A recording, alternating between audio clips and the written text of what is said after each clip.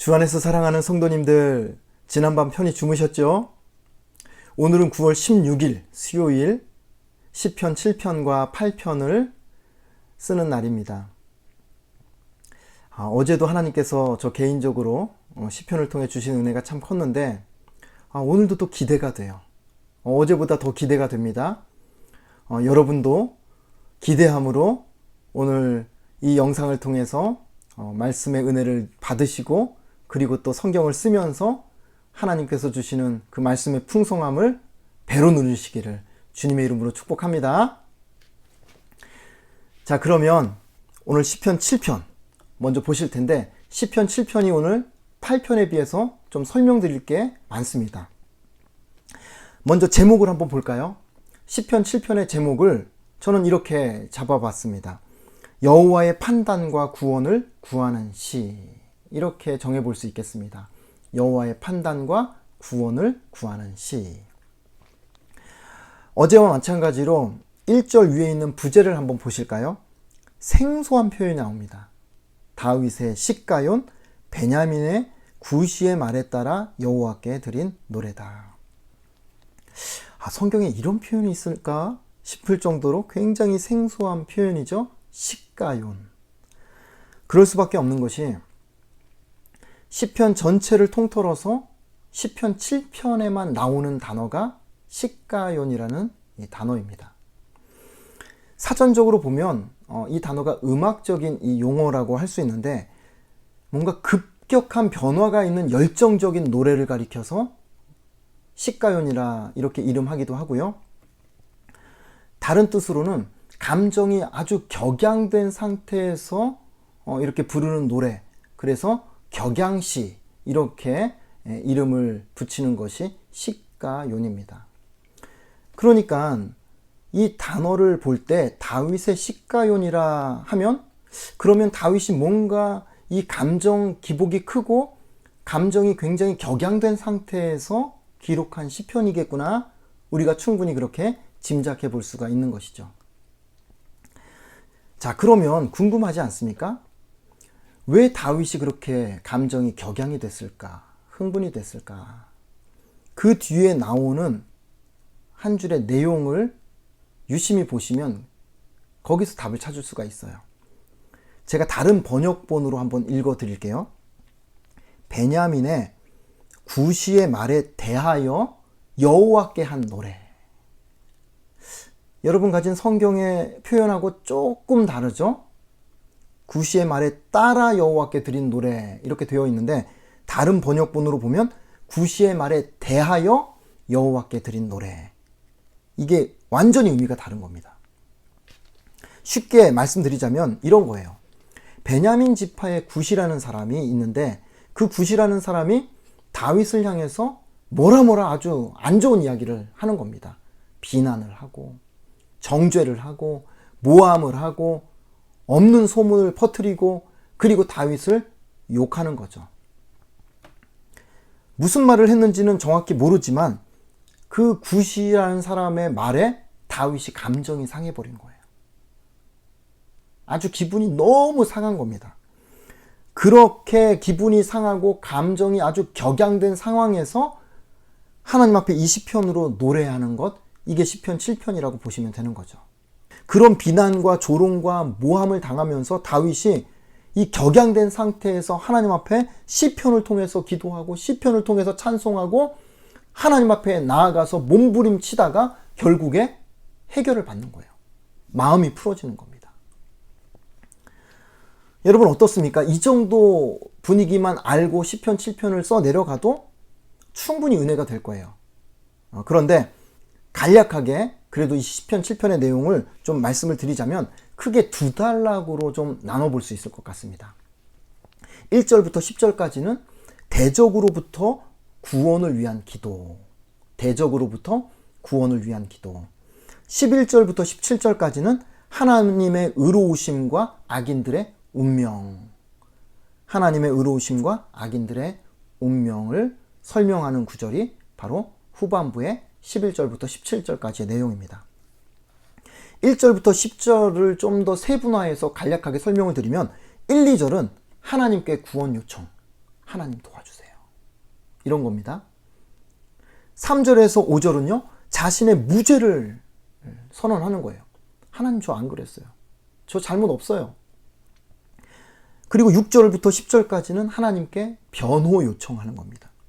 하나님이 좀 막아주세요. 하나님이 좀 뭐라도 좀 해주세요. 그래서 특별히 6절을 보시면요. 하나님을 향해서 다윗이 막 하나님을 막 그냥 아주 그냥 독촉을 하는데 하나님 일어나셔서 막으시며 깨소서. 하나님을 다그치죠. 다른 말로 풀어보자면 이런 겁니다. 하나님 다 아시잖아요. 제가 지금 얼마나 억울한지. 이대로 가만히 보고만 계시지 마시고 좀 일어나서 저 대적의 기세를 좀 꺾어 주십시오. 깨어나셔서 제대로 된 판결을 좀 내려주십시오. 여러분, 이런 다윗의 이야기를 듣고 나니까 시편 7편이 왜 이 격양된 시가요인지 이제 좀 충분히 이해가 되지 않습니까? 자, 그리고 나서 두 번째 단락인 11절부터 17절까지 하나님의 의로우심과 악인의 운명을 보여주는데요.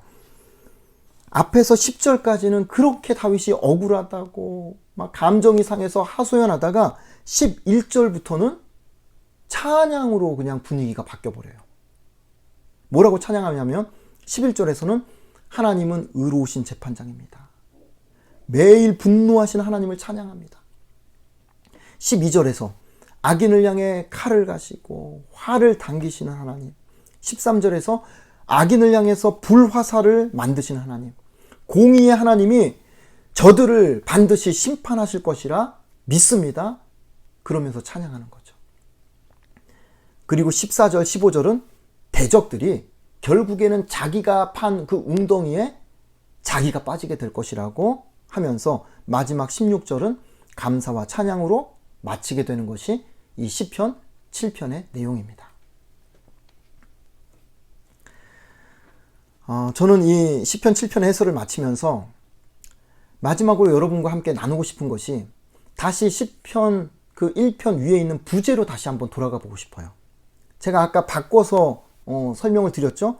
베냐민 사람 구시의 말에 대하여 여호와께 드린 노래다. 저는 이 시편의 7편의 부제를 보면서 이 마음속에 참 큰 은혜와 감동과 이 시편 7편이 너무나도 아름답다. 이런 생각이 드는 거예요. 왜 그러냐면 다윗은 굿이라는 사람으로부터 말도 안 되는 모함을 당하죠. 비난을 듣습니다.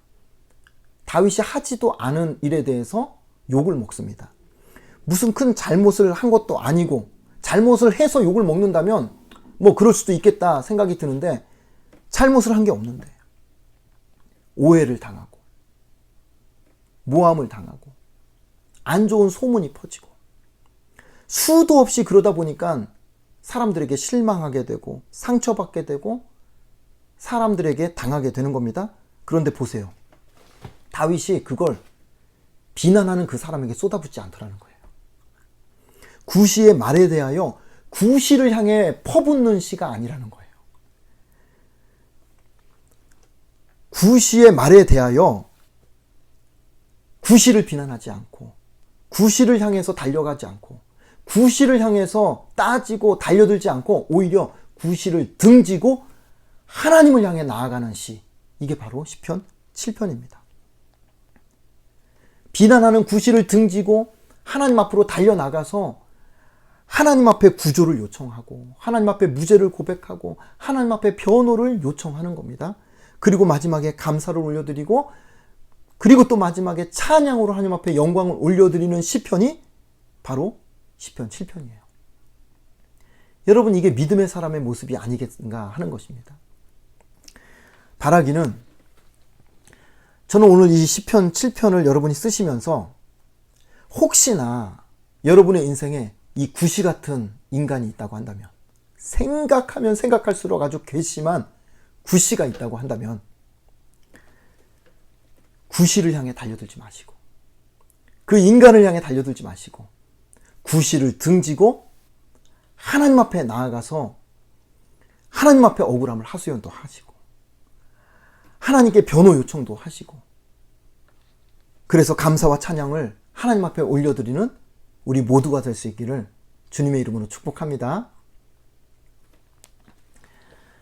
자, 이제 시편 8편의 말씀을 한번 보겠습니다. 시편 8편의 제목을 먼저 정해본다고 하면 창조주 하나님을 찬양하는 시, 이렇게 정해볼 수 있을 것 같아요. 창조주 하나님을 찬양하는 시. 그래서 시편 8편 하면 떠오르는 찬양이 있죠? 예, 지금 이렇게 찬양이 나오고 있는데 한번 들어보세요. 어찌 그리 아름다운지요, 어찌 그리 아름다운지요. 여호와 우리 주. 네, 여기까지. 예. 이제 뒤에 찬양은 여러분이 나중에 시편 쓰시면서 찬양을 틀어놓고 시편을 쓰시면 좋을 것 같습니다. 시편 8편 1절의 부제를 한번 보시면 다윗의 시인데 인도자를 따라 깃딧에 맞춘 노래다, 이렇게 되어 있어요. 앞에서 이제 뭐 현악에도 맞추고 뭐 관악에도 맞추고 이번엔 깃딧에 맞춘 시편이라고 하죠. 깃딧에 맞춘 시편 노래가 총 3편이 있는데 시편 8편, 81편, 84편 총 3편입니다. 도대체 그러면 깃딧이 무엇인가, 무슨 뜻인가? 두 가지 해석이 있어요. 첫 번째 해석은 이 깃딧이라는 것을 악기로 해석하는 겁니다. 검은고나 수금 비슷한 악기라고 보는 거죠. 이제 두 번째 해석은 이 깃딧이라는 단어가 히브리어 원어로 그 뜻을 살펴보면 포도주 틀을 밟으면서 부르는 노래라는 뜻이 있다고 합니다. 그러니까 학자들이 생각할 때 이거 추수 때에 부르는 노래가 아니겠는가, 이렇게 해석을 하기도 한다는 거죠.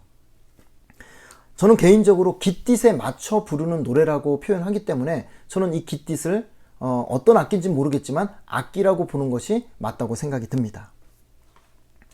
자, 중요한 것은 이제 시편 8편의 구조인데요. 시편 8편의 구조를 조금 어려운 표현으로 쓰자면 인클루시오 구조라고 할 수 있습니다. 여러분이 알기 쉬운 단어로 한번 바꿔볼까요? 한국식으로 바꿔보면 수미 쌍관 구조를 가지고 있다, 이렇게 보시면 될 것 같습니다. 다시 말해서 시편 8편은 1절부터 9절까지인데 1절과 9절이 동일한 그런 시편으로 시작되고 마친다는 거죠.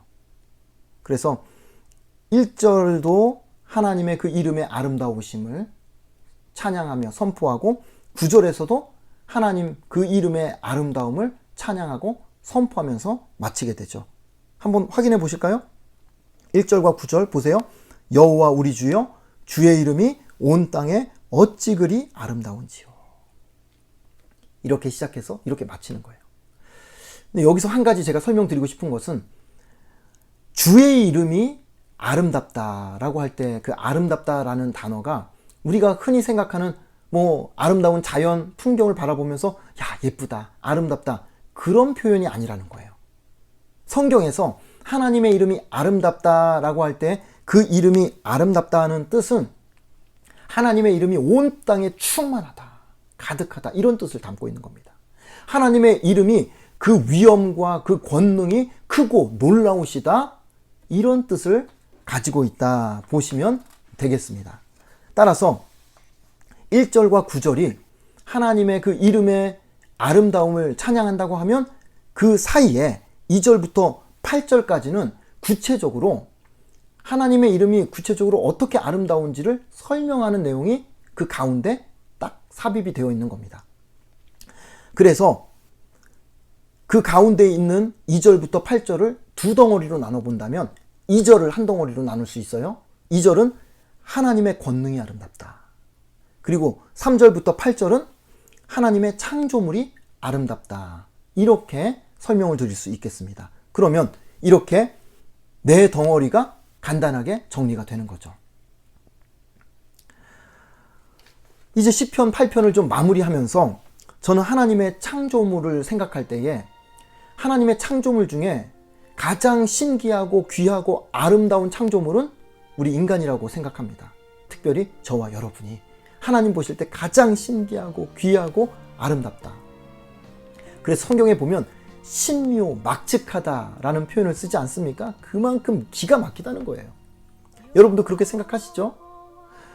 다윗이 시편 8편 4절에 이런 고백을 하지 않습니까? 사람이 무엇이기에 주께서 그를 생각하시며 인자가 무엇이기에 주께서 그를 돌보시나이까. 제가 읽으면 읽을수록 공감이 돼요. 마음에 와닿습니다. 야, 내가 무엇이기에 하나님께서 그렇게 나를 아끼고 사랑하시는가. 내가 뭘 잘했다고 하나님께서 인간의 몸으로 이 땅에 오셔서 나를 위해 죽으시고 물과 피를 다 쏟으시기까지 자신을 버려가면서 나를 살려내셨는가. 내가 뭘 그렇게 잘했다고 나의 그 출생부터 시작해서 오늘 이 시점까지 눈동자처럼 나를 지키시고 돌보시고 나를 여기까지 인도하셨는지, 참 하나님의 그 사랑과 하나님의 그 섭리와 인도하심을 생각하면 그 크고 위대하신 하나님이 정말로 저 우주에서 보면 보이지도 않을 점만도 못한 나 같은 인간을 하나님께서 어찌 이렇게 귀하게 여기시며 돌봐 주시는지, 이 생각을 하면 얼마나 감격스럽습니까? 여러분, 이 시편 8편을 기록하실 때 이런 감격과 기쁨을 가지고 여러분 시편 8편을 기록해 보십시오. 느낌이 다를 거예요. 하나님 주시는 은혜가 정말 새록새록 한 절 한 절 정말 묻어나는 그런 시편 쓰기가 될 거라고 저는 생각이 듭니다. 여러분, 오늘 하루 이 시편과 함께 동행하는 주의 말씀을 통해서 풍성한 은혜를 누리시는 복된 하루가 되기를 주님의 이름으로 축복합니다. 여러분, 오늘 하루 승리하십시오. 내일 또 뵙겠습니다.